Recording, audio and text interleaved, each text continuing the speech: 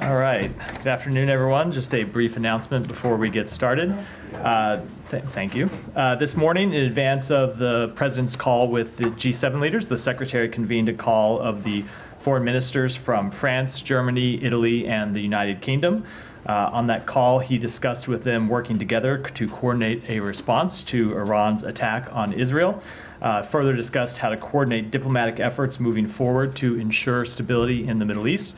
The Secretary then joined the President's call with the G7. I'm sure you saw the readout that the White House issued a short time ago, where they made clear that the G7 condemns Iran's attack on Israel and is working together on a response, including new sanctions. With that, Matt. I'll be Matt today. Really? Go ahead. So Biden said he does not support an attack on Iran's nuclear sites. Is that a red line for the U.S., and are there any others? What's your message to Israel on how this response should look? So the President made very clear what we do not support. I think beyond that, we will continue to discuss with Israel what the shape of their response will be. I'm not going to air all of those discussions privately, but we have made very clear that this was an unprecedented escalation by Iran. Israel has a right to respond to it, and we'll discuss that response with them. Are the Israelis listening to you? Do you have any indications that Israel is even inclined to listen to the U.S. after having made operational decisions on its own that led to success? Look, they're a sovereign country. They do make their own decisions. We talk with them at a number of different levels about what we believe is in their interest, what we believe is in the interest of the region. We'll continue to do that, but ultimately it's up for them, as it is for any sovereign country, to make their own decisions. Are they receptive to what you've been telling them in these conversations, though? Do you have any indication that they're going to listen or coordinate with you on what the next steps are? I think it's appropriate at this point that we keep those conversations private. Okay. And then just on Gaza ceasefire prospects, has there been any progress on that since the attack on Hezbollah communications equipment? Are there any meetings taking place? Is there a path forward for that at this point, or has that been overtaken by Israel Hezbollah? It's not that it's been overtaken by the conflict between Israel and Hezbollah. It's that Hamas has, again, refused to engage. I went through some of this yesterday, and I'm happy to go through it again. This really predates the events of the past week, 10 days, where we've seen Israel launching attacks on increased attacks on Hezbollah. It goes back several weeks, where we were at this point where we were trying to get together a next proposal that we, along with the other mediators, Egypt and Qatar, would present to the two parties. And in preparing for that step, we're doing various soundings of what might be agreeable, trying to play the role of a mediator and come up with a response that would get to yes on both sides. And Hamas has refused to engage. So it's not from a lack of interest on our part, it's not from a lack of focus on our part, but when you're trying to put together a deal, you have to have the parties themselves engage. And over the last few weeks, Hamas has been unwilling, for whatever reason, to engage. So, go ahead.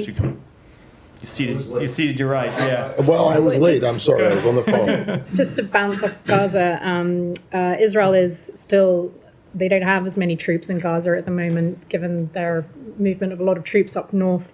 They are still doing operations in Gaza.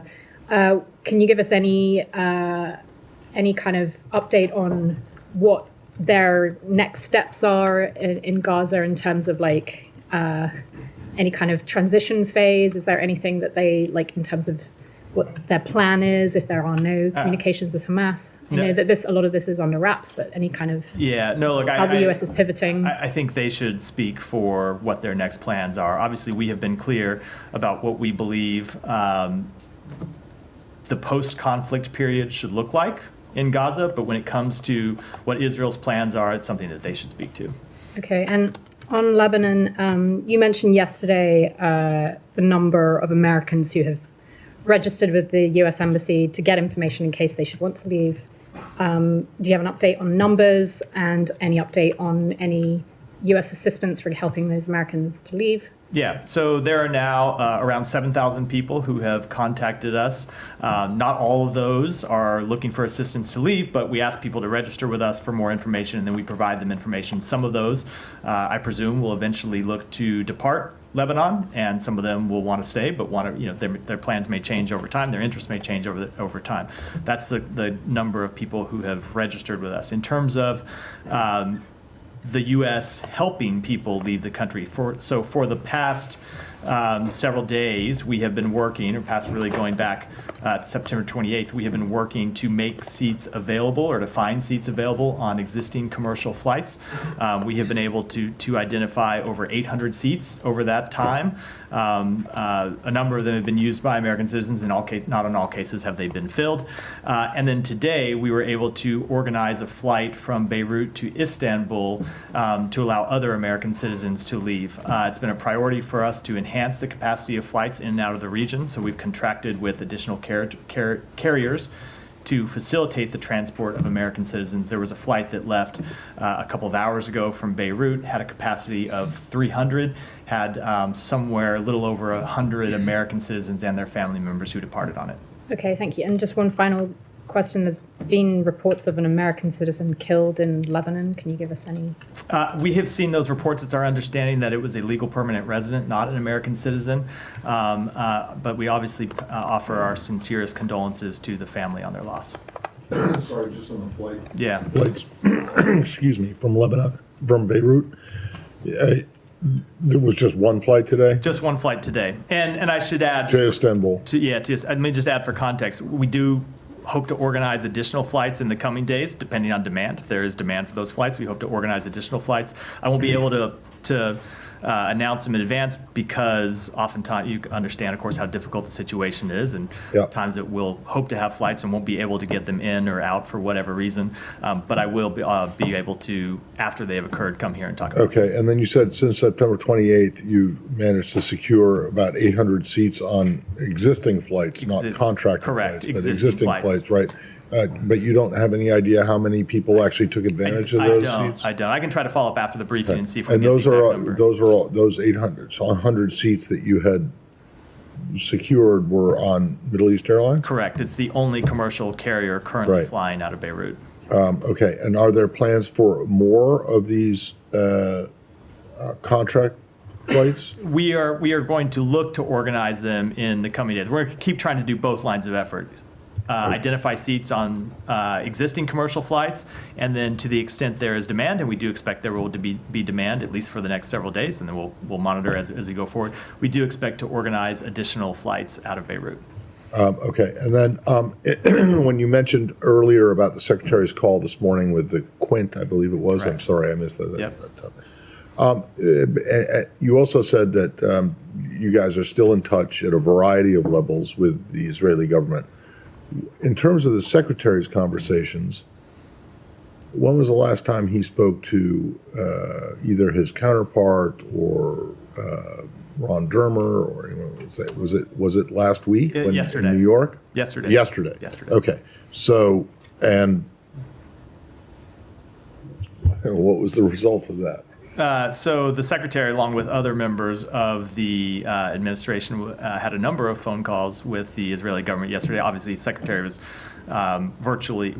joined the President virtually from here during the attack to monitor the attack, and then participated in a number of calls with senior Israeli government officials. We are talking with them about their response and what their response will look like. Those conversations are ongoing, and I think I'll leave it at that. Okay, so that last contact was when they were all in the Situation Room, when we all could see on TV the Iranian missiles coming in.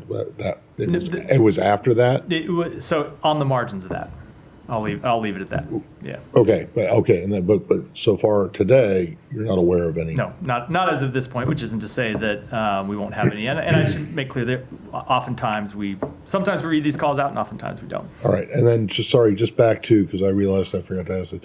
Do you have, whether it was on these flights from the 28th, from last week, and plus the 100 or so who were on this other flight today, do you have any idea of how many American citizens have actually left? I don't. I can see if we can get that information. On the flight today, it was somewhere a little over 100, but those aren't. But those aren't all American citizens. Some of those are American citizens. Some of them are family members who are not American citizens. Fair enough. Thank you. Yeah. Saeed. Political reports that the U.S. officials quietly supported escalation in Lebanon, including apparently the assassination of Hezbollah chief Nasrallah. Could you comment on that? So we were not aware of that attack, that incident, before it happened. So we could not possibly quietly support something of which we were not aware. Now, to be clear, we support bringing Hassan Nasrallah to justice. That is true. Yeah. We made clear that he's a brutal terrorist with the blood of Americans, the blood of Israelis, the blood of Lebanese, Syrians on his hands. So we do support, but in advance, we weren't aware of that. So it's possible to support something that you didn't know was happening. Okay, so you were not aware of the logistics, but you are supportive of the action. Well, I don't know what you mean by logistics. Okay, we were not aware before it happened. Time and place and method. Those are the logistics. Okay, but let me just ask you a follow-up to a question that I asked yesterday that relates to what you're saying. I mean, Matt, I was in this room in March 2004 when Israel assassinated Sheikh Yassin. 2 months later, when they assassinated Rantisi. Probably around this town when they assassinated Busawi. I mean, there's a record of assassinations, and that has not gotten Israel anywhere. What we see that Hamas has gotten much stronger. Hezbollah has gotten a lot stronger.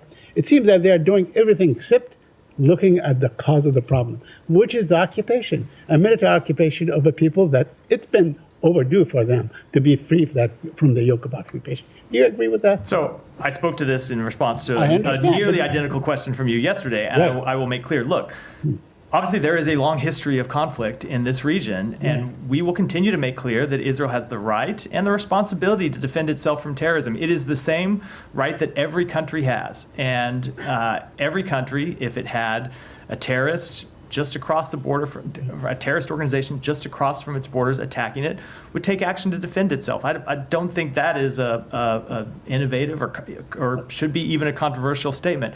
But we also are very clear that we believe the long-term way to ensure stability in the region, and really the short-term way too, is the establishment of an independent Palestinian state. We make quite clear. That's been the position of the United States for some time. It is the position of this administration.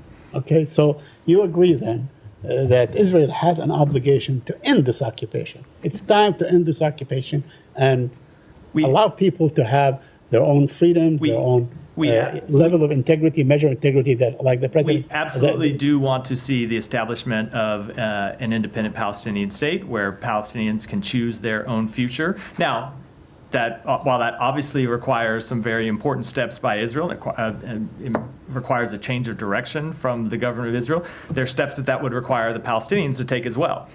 Okay, one last question. Senator Graham, and apparently there's been much talk about this, is saying that we should take out Iran's oil facilities and so on. Is that a good idea? Would that, create, total chaos and maybe similar retaliatory for something that is really a major U.S. interest? So we are discussing with Israel the scope and nature of their response, and I think I'll leave those discussions private. Yeah, go ahead. Come to you next, Tom. Go ahead. I'll just kind of work my way left to right. Is the U.S. response to the attacks yesterday by Iran limited to sanctions? And if so, what sanctions are there left to levy against Iran at this point? So we can always look to identify new ways to impose sanctions on Iran or to increase enforcement of our existing sanctions. Those are the measures that we're looking at right now. You saw it in the president's statement. That's what he made clear we, along with the G7, are considering. When we see Iran take new actions, we work with our partners to identify new ways to respond to that. And I think I should make clear, and this is clear, I think, from the statement the president put out, it's not just a question of U.S. sanctions, it is a question of other entities, some of which don't have as strong a sanctions regime as the U.S. has imposed, taking their own measures as well. Yeah. Just briefly first, Israel Katz's statement this morning that Antonio Guterres would be banned from entering Israel. Do you have any response to that? I don't find we don't find that step to be productive in any way. I wanted to ask you, we're getting on to a year now from October the 7th. When you reflect on a year of US diplomacy when it comes to Israel and Gaza, how do you characterize what you have and haven't accomplished in that time? So there have been a number of things. If you go back and look at the statements that the Secretary made and that others in the administration made in the immediate aftermath of October 7th, there were a number of lines of effort and strategic goals that we identified. One of them is to ensure that Israel has the ability to defend itself against terrorism. And we have worked hard to establish that right and to support Israel in defending itself against terrorism. Another is to ensure that humanitarian access makes it to citizens in Gaza who needed it. And now, of course, that applies to people in Lebanon as well. But we've made clear we want to see humanitarian access get into Gaza. And while that, of course, has been a very difficult process and with lots of hurdles and obstacles, I think it's through the intervention and the involvement and the hard work of the United States that we've been able to get humanitarian assistance into those in Gaza, which is not to say that this is whenever I talk about this, I never want to make it sound like it is a game over, mission accomplished. It is very much not. It's an ongoing process. We were constantly having to break through new hurdles and find additional ways to get humanitarian assistance in. The other, one of the overarching goals that we identified is try to keep the conflict from spreading and really turning into an all-out regional war. And we have faced a number of days in the nearly year since October 7th where that goal seemed incredibly difficult and the situation was incredibly fraught. And through a combination of diplomacy and deterrence, we have been able to calm tensions when they've been threatening to spiral out of control and prevent the outbreak of an all-out regional war. And now, obviously, is one of those times where we're, again, at a very fraught moment. We're going to continue to pursue diplomacy and deterrence to try and prevent escalation into that full conflagration. I mean, you're very well aware of the very loud criticism there has been, particularly over humanitarian aid and on the failure to reach a ceasefire and hostage release deal. But I mean, on that final point about regional war, it feels much closer now than it has been. I mean, do you see this process and your diplomacy over the last year as a success? So I will say, with respect to the question about all-out regional war, I was getting those same kinds of questions in April when it looked like we might be very close to a direct war between Israel and Iran. And I made clear at the time, and others in the administration made clear at the time, that while we never make any predictions about what the future is going to hold, we were going to spend all of our time working through diplomacy, through deterrence, through the relationships that we have built with our partners in the region to try and prevent an outbreak of that full regional conflict. And we were successful then, and we're continuing to pursue that today. It's not to say that tensions aren't high. Obviously, this is a region where tensions have been high going back decades. It's not something that started on October 7th. It's not something that, that started at the beginning of this administration. So I will let others pass judgment on the success of our efforts. I will say that from our standpoint, we will continue to work to try to advance those goals.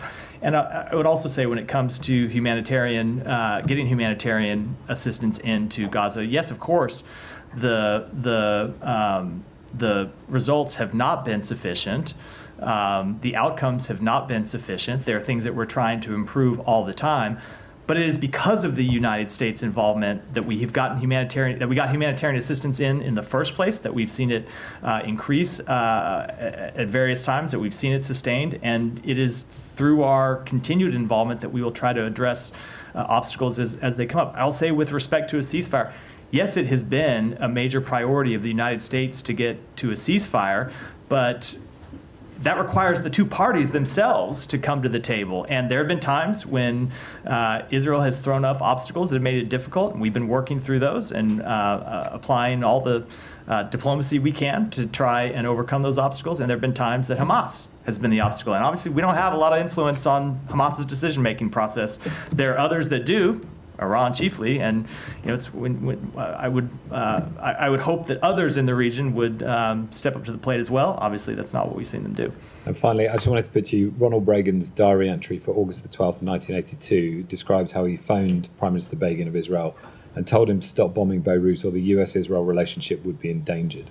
I mean, to the accusation that you have simply not used leverage to get what you want, what do you say to that? And bearing in mind some precedents like that. So there have been a number of times over the course of this conflict where direct U.S. intervention with the government of Israel has led them to take steps that they were not previously doing, to take steps when it comes to humanitarian access, to take steps with regards to the shape of their military operations. I'm not going to speak to all those publicly. Some of them have been reported over time. But I do think it is often simplistic to reduce the calculus of other countries, to reduce the understanding of what's happening to the bilateral relationship between any two countries. Every country in this region is a sovereign country that makes their own decisions based on their interest. That was true before October 7th. That remains true. The United States will continue to work to advance its own interests, will continue to work to advance peace, advance stability in the region, but ultimately, all of the countries in the region, this includes Israel, this includes other countries, make their own decisions. They're responsible for their own decisions. They're responsible for the consequences of those decisions. I mean, Reagan did stop the bombing Begin stopped it 20 minutes later. Now, I think we have made clear on a number of occasions with the government of Israel what we believe, and there have been times when our intervention has led to direct action by the government of Israel. There are times when they have disagreements with us, and by the way, that was true in the Reagan administration too. There's no administration that you look back through history will tell you that they have a perfect record in influencing any other country's behavior or decision making. There are times when we make our opinion known to the government of Israel and they act on it. There are times they disagree. It's true with other countries, and that was true in other administrations, both with Israel and other countries as well. Alex, go ahead. Thank you, I'll Matt. keep going. I understand you don't want to talk about sanctions, but to help us understand its scope, what is the ultimate goal, the targeted goal in it? Is it just to express your anger or to actually take away from their capability? So I'm not going to really, you're right, I'm not going to discuss sanctions that we have not yet announced. You saw the president make this statement today that we are working with the G7 on sanctions, but our goal continues to be to hold Iran accountable, and they are one tool in our diplomatic arsenal. We'll continue to use them. May I ask about Ukraine? Is it, Sure. too early? Or why don't we do this? Why don't we keep Please come going back and we'll to come back Ukraine. to Ukraine. Yeah. I have several questions on Iran and Lebanon. First, on Iran, why is the U.S. against Israel attacking their nuclear sites? So we have made clear for some time that we do not want to see a full-blown regional escalation. Israel has a right to respond to what happened yesterday. It was an unprecedented action by Iran to launch nearly 200 ballistic missiles at Israel, a state-on-state attack, the likes of which we haven't seen directed against Israel from Iran. And so Israel, of course, has a response, and we are going to continue to discuss with them what that response might look like, but we don't want to see any action that would lead to a full-blown regional war. And on Lebanon, are you talking to Israel to keep the airport open and not bombing it? So I'm not going to talk about any specific site, but we have made clear to Israel that we do not want to see civilian infrastructure targeted. We don't want to see, obviously, civilian sites targeted. The airport is playing a crucial function in helping get American citizens out of Lebanon, as well as citizens of other countries who want to be able to leave, and we think it's important that the airport stay open for those purposes. And did you understand from them the scope of their military operations in Lebanon and their goals there? So we have obviously had a number of conversations with them about that, but I don't think it's appropriate for me to speak to those conversations. Those are private consultations between our two countries. To the extent they want to publicly discuss their operations in Lebanon, I think it's appropriate for them to do so, but it wouldn't be appropriate for me to do And so. is the ceasefire offer still on the table, or it's already? We ultimately do want to see a ceasefire that leads to a diplomatic resolution. That has been, we have been clear that that's how we see this conflict ending. Now, we do support Israel's right to target members of Hezbollah, to target Hezbollah infrastructure, but yes, we do want to see a diplomatic resolution. And my final question, do you trust the UNIFIL and the Lebanese army to implement the 1701 UN Security Council resolution in the future? We do believe they are both very important actors for ensuring stability, for ensuring the full implementation of that resolution. Obviously, if you look at the long history since that resolution was adopted, we've seen Hezbollah refuse to comply with its obligations. And so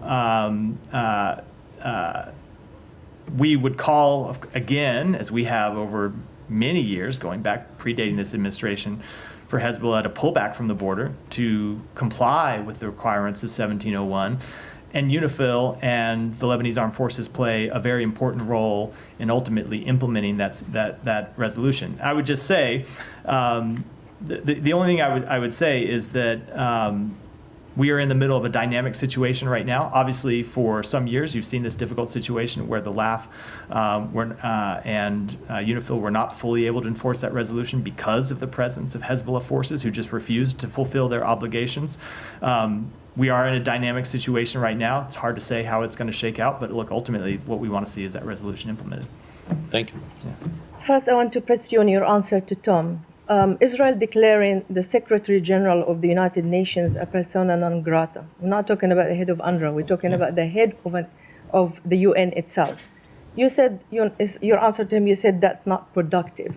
You don't think that this is delegitimize an international body that provides an essential work, humanitarian work for civilians during this current war, whether it's in Gaza or Lebanon? But we don't think it's a productive step at all, precisely because of the reasons you identify, which is the UN does incredibly important work in Gaza. It does incredibly important work in the region. And the UN, when it's acting at its best, can play an important role for security and stability. So we think it's important that Israel be able to engage with the UN. One of the things we've always said that Israel needs to be cognizant of throughout this conflict is its standing in the world.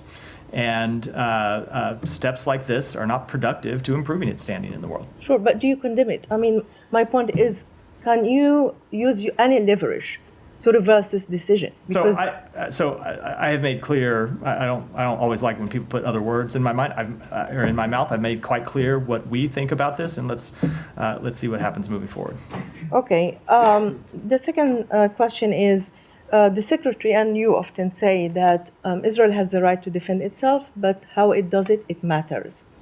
So this morning, there were 6 first responders were killed in Lebanon, civilians. In Gaza, it's over 40,000, 70% are women and children. In Lebanon, is 1 million people are homeless. So when he says how it matters, if there's no consequences in Israel, doesn't his word carry no weight?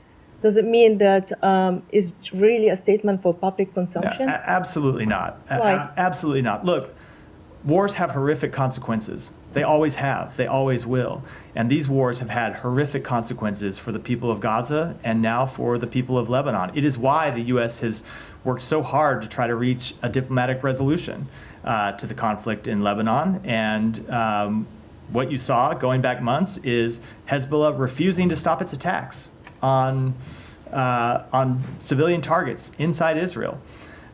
It's why we've tried to reach a ceasefire agreement in Gaza that would ultimately lead to the guns being silenced, hostages coming home, humanitarian assistance surging in. We will continue to pursue both of those things. But in each of these cases, it is just a little more complicated than the question concedes.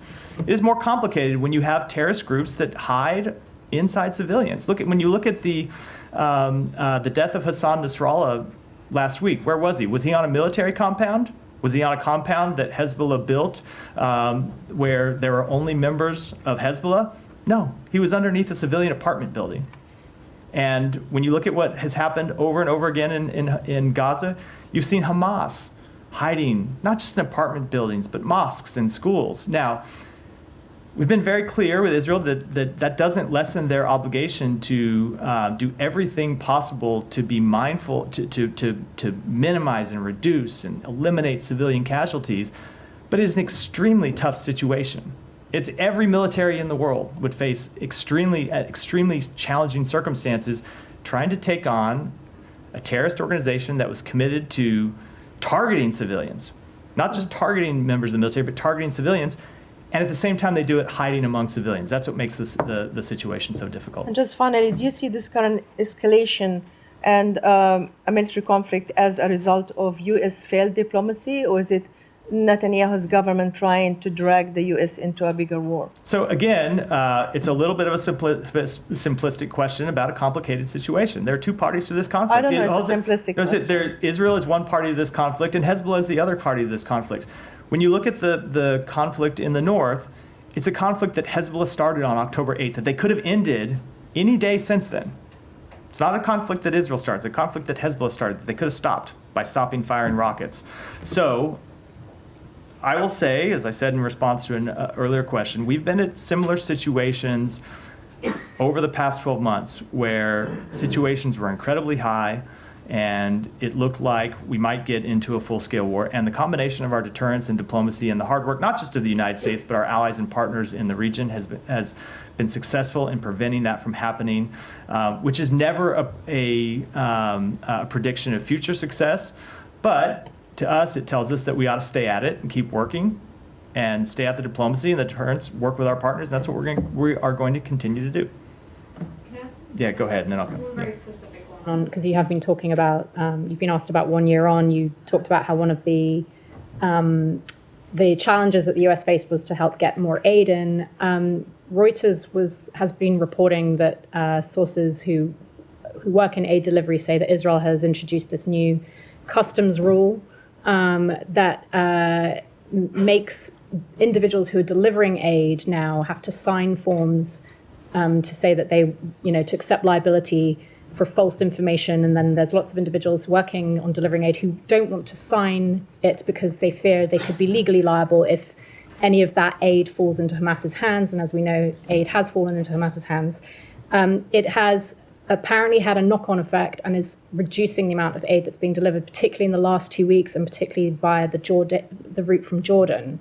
Do you have any comment on that? Are you aware of that impact? I'm not going to comment on that specific report other than to say that our Special Envoy for Humanitarian Issues, Lise Grande, has been working on a number of potential obstacles to the delivery of humanitarian assistance, including intensely over the past week, 10 days, including some new measures that we've had to respond to and that we have been working on. And I will just, and it's not just Lise, it's others from the State Department across the government who've been working on those. I will just make clear, Israel has an obligation under international humanitarian law to ensure that humanitarian assistance makes it to the people in Gaza, to ensure that there are not unnecessary barriers to the delivery of humanitarian assistance. That is their obligation. It's not the United States telling them that. It's their obligation under international humanitarian law, and we expect them to comply with that obligation. Thank you. Go ahead. I promised I'd call to him. I'll come to you next. Go ahead.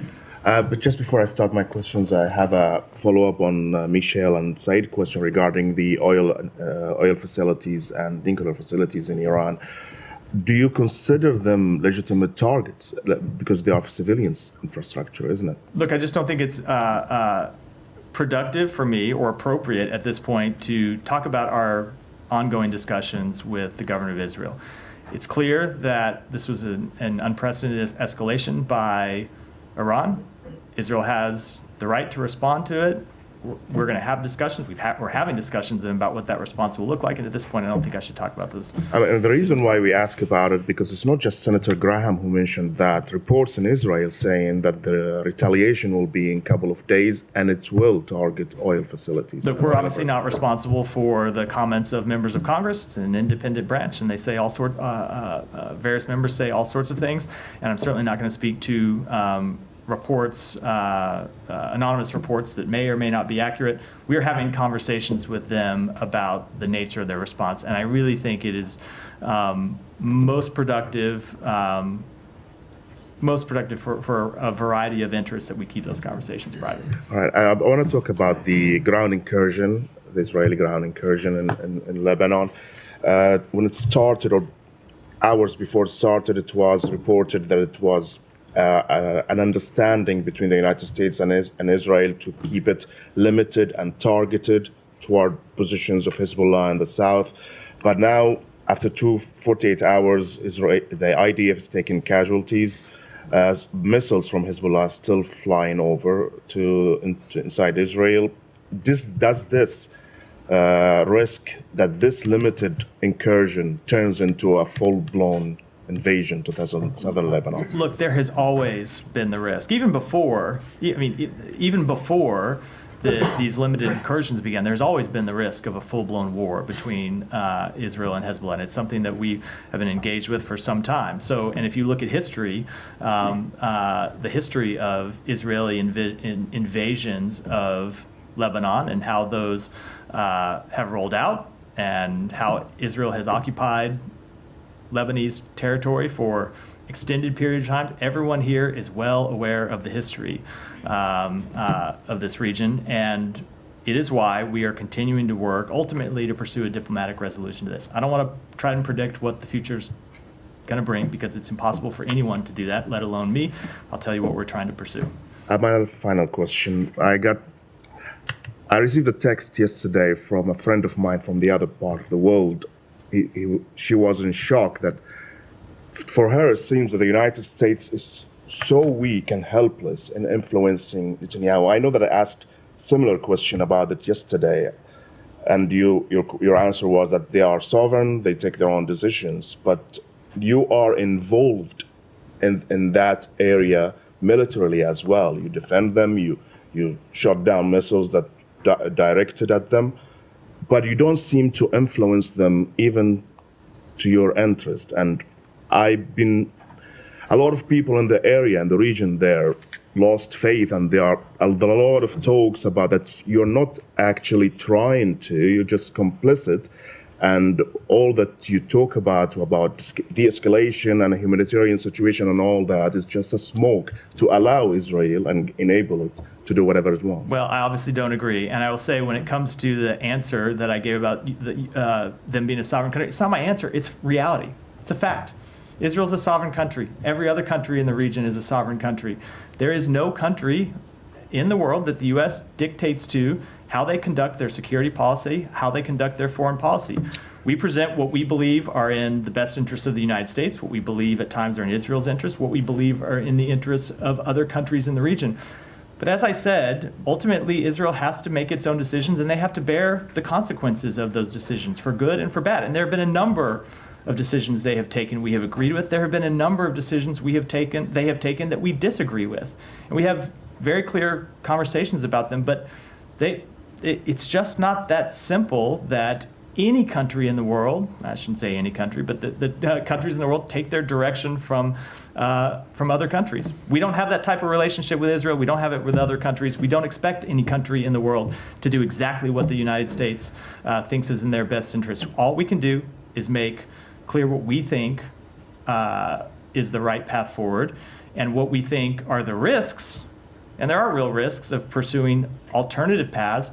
It's independent sovereign countries get to make their own choices, and as I said, they have to live with the consequences of them. Yeah, go ahead. Just wanted to follow up on some of the questions on the humanitarian situation in Gaza. Do you believe that Israel is doing everything it can to allow sufficient aid into Gaza? I think we have seen for some time various obstacles to the delivery of humanitarian assistance. Sometimes those have been bureaucratic obstacles where one arm of the Israeli government or the security services isn't talking to another arm. And we've tried to work through those. At times we've seen security hurdles that we don't agree with. So provisions that Israel puts in place that are supposedly to improve security inside Gaza that we actually don't think will have that effect and that we think are counterproductive. And we engaged with them to try and get those measures reversed or in some cases modified. Sometimes Israel has very real concerns about smuggling or they have concerns about diversion. And we work with them to try to make sure those concerns are addressed, but in a way that doesn't keep humanitarian assistance from coming out. And do you have any update on the number of trucks entering Gaza in Israel? I don't. I know the UN makes that number available every day. I don't have it at my fingertips here. Yeah. Thank you, Matt. Since the killing of Hassan Nasrallah, the mood in Iraq is the mood of anger and mourning. So soon after the attack yesterday, the Iraqi resistance group, they issued a statement and said if the U.S. get involved into this conflict, so all American facilities and interests in the region will be a target for us. And how do you view this, and what response do you have for this resistance group in Iraq? So we have made very clear a couple things. Number one, that no entity in the region should use this moment to target American interests, and that we will defend American interests and American personnel in the region. And have also made clear that the forces that are in Iraq are there at the invitation of the government of Iraq, and it is the government of Iraq that must bear the first line of responsibility in holding any entity that seeks to target U.S. forces accountable for those actions. And some Iranian-backed elements in Iraq get involved into this conflict. They joined the Houthis and the Hezbollah in attacking Israel. So there's a big fear in Iraq and in the region that Iraq might be the next destination of this conflict. Do you have the same fear, and what will the U.S. do in preventing the expansion of this conflict into Iraq? Well, so we are going to continue to pursue diplomacy and deterrence to try and keep it from expanding. But I would say we, of course, have been concerned for some time about the various proxy groups that Iran funds, arms, and controls throughout the region. That includes in Iraq. The Iranian proxy groups inside Iraq that play a major destabilizing force inside that country. And so we will continue to defend our interests there, and we will continue to work to try to lower tensions. But of course, we're concerned about the role that proxy groups play inside Iraq. So, two really brief things. Yeah. I remember Camilla's question about an American being killed was that in the West Bank or in Lebanon? In Lebanon. Okay, and it's an LPR. It's an LPR, answer, legal. Not yeah, an American. Not an American citizen. That's the only one that you're aware of, right? Correct. Okay, and then secondly, just on the whole PNG and Guterres thing, you said that you didn't think this was helpful in any way. Well, why? Are you aware that the Secretary General wanted to visit Israel? Yeah, do you know when the last time a Secretary General visited Israel? So I am not aware of any upcoming travel by the Secretary General to Israel, but in any event, even aside from the question of travel, it's just not, I think, a productive step for okay. Israel Well, what about to be the engaged in Russians that kind of banning activity. people like you from ever entering? Is that not productive? I mean, you have no intention to go there. Was there? So I can imagine that you would say, well, this is pointless. Oh, too bad. I'm not going to be able to go to Sochi on my next vacation. But obviously, this is a little bit different. Yeah. Do you think that this decision by the Israeli foreign minister is going to make any difference in, negative difference in the diplomacy that's going on? Probably not.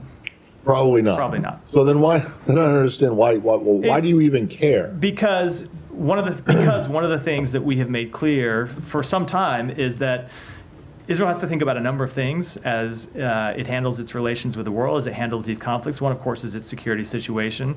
Another really important one is its standing in the world. And steps like these just aren't productive and not helpful to improving Israel's standing in the world. Okay. You might recall that in 1973, a former UN Secretary General named Kurt Waldheim did visit Israel. And you remember what his history was, right? So I do remember his history. I can't say I recall that specific incident. I wasn't alive yet. Well, Didn't miss it by a lot. he did, but it the was, Israelis let him in and whatever. Yeah, So, yeah. Okay. All right. Can I just follow up just on Sure. one point on that very briefly, but just to ask if you're aware, because Philippe Lazzarini of UNRWA, and I asked him about this at UNGA, United Nations General Assembly, about visas for lots of UN workers in Israel. And he talks about a lot of restrictions, not just UNRWA, but other UN agencies. People are really, having limits put on visas, some not being able to get in, a month or 2 months at a time, which appears to be having quite a big impact. I mean, are you guys aware of that? Are you saying anything? Yeah, it has been an issue for some time, and on a number of occasions we have intervened with the government of Israel to get visas approved so humanitarian workers could make it into Israel and ultimately to visit Gaza. It has been at times a problem, and we have intervened directly to make clear that humanitarian workers need to be allowed in to do their job and have seen their visas approved. That's not to say in every case they've had visas approved, but in a number of cases we have seen that happen. Yeah. We only have time for, let me come to Alex. I said I'd come here and then we have to wrap in a few. Thank you. A couple of questions on Ukraine. I want to start with the reports about the largest mass execution of Ukrainian POWs in Donetsk. Do you have any reaction? Ukraine started investigation. They have murdered 16 of them. So we have seen the reports. I don't have any independent information with which to confirm that. I think it's appropriate that Ukraine conduct the investigation that they've announced. But obviously speaking generally, we've seen Russia commit horrific acts since the beginning of this conflict. On the victory plan that you guys have received last week, so about 1 week after that, did Ukraine have the Secretary's blessing to move forward to start implementing its victory plan? So the victory plan that Ukraine presented is not just a question of actions that Ukraine would take. It's a question of actions that other countries around the world would take as well. Ukraine hasn't detailed that victory plan publicly yet, so I'm not going to do so from here. It's appropriate for them to do so. But we took that plan, we reviewed it, we saw a number of productive steps in it. We're going to engage with them about it. They have been watching the Middle East last couple of days. They have been seeing that it's in fact possible to help non-NATO ally to shoot down missiles. I know, I had this discussion last time, but Helsinki Commission called Ukraine's right to shoot back. What was the Helsinki Commission called it common sense. So to ease your restrictions, that's the common sense. Is that the opinion that you share? You are subscribed? So we have made clear that we support Ukraine's right to defend itself, not just in words, but in deeds, and we have provided them with the equipment they need to shoot down missiles. If you look at the air defense systems that we have provided, including an air defense system that we announced, a new air defense system that we announced just last week, we've actually provided them with that capability, and we'll continue to provide them with that capability. Thank you. So for Italian television, I have a question. We are at a very important point in the Middle East that can change it forever at the moment. So what is the position of the US in terms of more military support, more diplomacy? What are we trying to reach at this stage? We are trying to pursue all of the goals that I outlined earlier in response to Tom's question. We are trying to ensure Israel has the right to defend itself against terrorism. We are trying to mitigate the humanitarian effects of conflict, and ultimately we're trying to see this prevent this conflict from spreading into all-out war. Can I do a follow-up about the G7? Regarding the talks that were ongoing this morning with the G7, what did you ask to the European allies? So that was a call that the president held. The secretary attended, but the president held. I would leave it to the White House to speak to that call in detail. But one of the things they did discuss, they put this in the public readout, is coordinating together on a response to Iran's actions, including sanctions. Israel? Thank you. All the way in the back. Thank you. Hi, Matt. Yeah, you. Yes. There's no one behind you. Back to the incursion in Lebanon. Shortly before the Israelis gone into Lebanon, the president said he is comfortable with the Israeli troops stopping their operation. Now that they are in Lebanon, I'm wondering, what is the United States going to do? Are you going to give advice to the Israelis in terms of how they prosecute their operation, or you're simply telling them to act with restraint and act proportionately? We are going to continue to have discussions that I won't read out privately about doing what they can to ensure that they can degrade Hezbollah and prevent Hezbollah from being able to launch attacks into Israel, as they have been doing since October 8th, and of course that they were doing for a number of years before that. And we're going to continue to press on them the need to make decisions that are in not just their short-term but their long-term strategic interests. Go ahead, John. Thank you, sir. Secretary Blinken met with Indian Minister Jay Shankar yesterday. Could you provide some details, like what kind of message conveyed to him regarding the involvement of Indian agents in assassination attempt on a U.S. citizen, and anything about violation of human rights and religious freedom? So the Secretary discussed our enduring commitment to deepening bilateral ties, to coordinating closely on regional and global challenges, to advancing cooperation on critical and emerging technologies. I'm not going to make all of the details of those conversations private, but of course we often raise human rights in our discussions with governments around the world. So former Foreign Minister of Pakistan, Bilal Bhutto Zardari, accuses Shehbaz Sharif government of corruption and mismanaging $400 million meant for flood victims. And a big portion of this aid was provided by the United States. So is there any check and balance when you release funds for specific causes? So this is something that we take very seriously, not just in Pakistan, but anywhere around the world where American taxpayer dollars are used and where there's an urgent humanitarian interest at stake. Both state and USAID employ a rigorous system of monitoring and evaluating in the provision of assistance, and we discontinue assistance when it is observed to be misdirected or misused. So Pakistan recently secured a loan of $7 billion from IMF. Finance Minister says that without the support of United States, and some other countries it was not possible. Your thoughts on the Islamic Republic of Pakistan? Let me take that one back and get you an answer. Thank you. Go ahead here. And then Thank you, Matt. There's a couple of questions here briefly here. Given that Hezbollah has murdered 220 Marines and countless other Americans and have fired 9,000 missiles at Israeli communities in the past year, including 12 Jews, children murdered in one missile attack, that's according to State Department, NPR, and AP reports, why has Secretary Blinken not publicly demanded that the Lebanese government stop eradicate Hezbollah? And why does Secretary Blinken not demand that the UN Security Council Resolution 1701 be enforced by Lebanon's government to push Hezbollah north of the Litani River? And a follow-up question. So we have made clear, and he has made clear in a number of times, including on Friday when he spoke to this question extensively in a press conference in New York, that we do want to see the full implementation of UN Security Council Resolution 1701.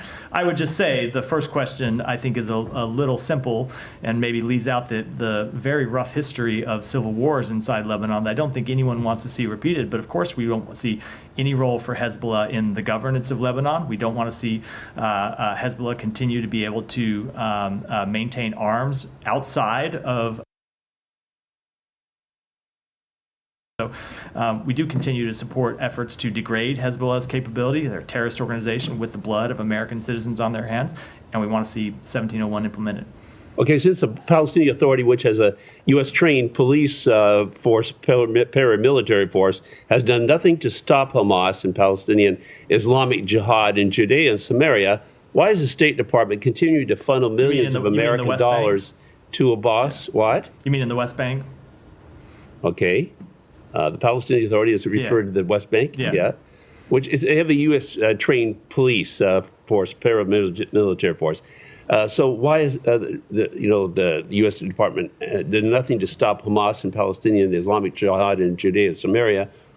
Why specifically does the State Department continue to fund millions of American dollars to Abbas and the Palestinian Authority? So we have made clear that Israel has the right to conduct legitimate counterterrorism operations in the West Bank. But when it comes to the Palestinian Authority, ultimately the role that we have seen the Palestinian Authority play in the West Bank is a role of providing stability.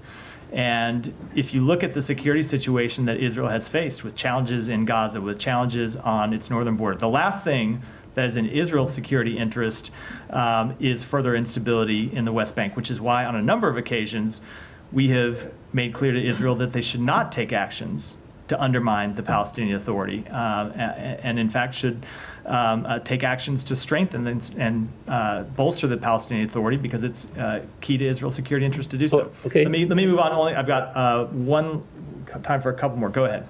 Thank you very much, Matt. As you heard about the Prime Minister corruption, she has a niece as well that is also known for corruption, and you had called her a milestone. CPJ on June 11 said about the press laws condemnation they issued against the milestone lady. The other day there was a protest. She arrested her, the police under her arrested an 80-year-old woman for protesting and put her in a physical remand as well. And she ordered $20 million vehicles while the government is begging for money. $20 million vehicles were purchased for government officials. I just want to give you opportunity once again to take that milestone.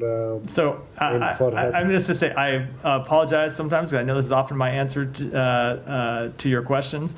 I am not tracking any of the details that you laid out for me here, so of course I'm not able to comment on them. Okay, there's this one extremely popular scholar named Dr. Zakir Naik, who has been literally kicked out since Prime Minister Modi took over in India. He's visiting Pakistan right now, and he has floated this idea while looking at this whole Middle East situation that the Muslim countries should also have something on the lines of NATO.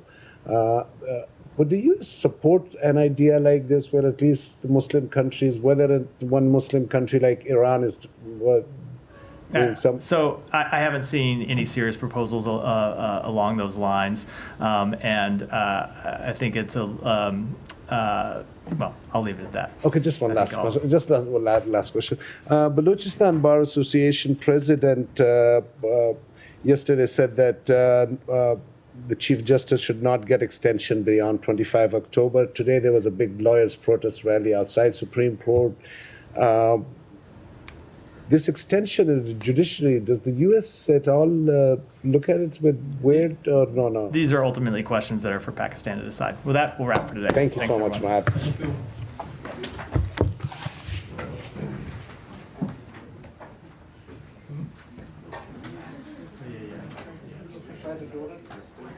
No, I didn't.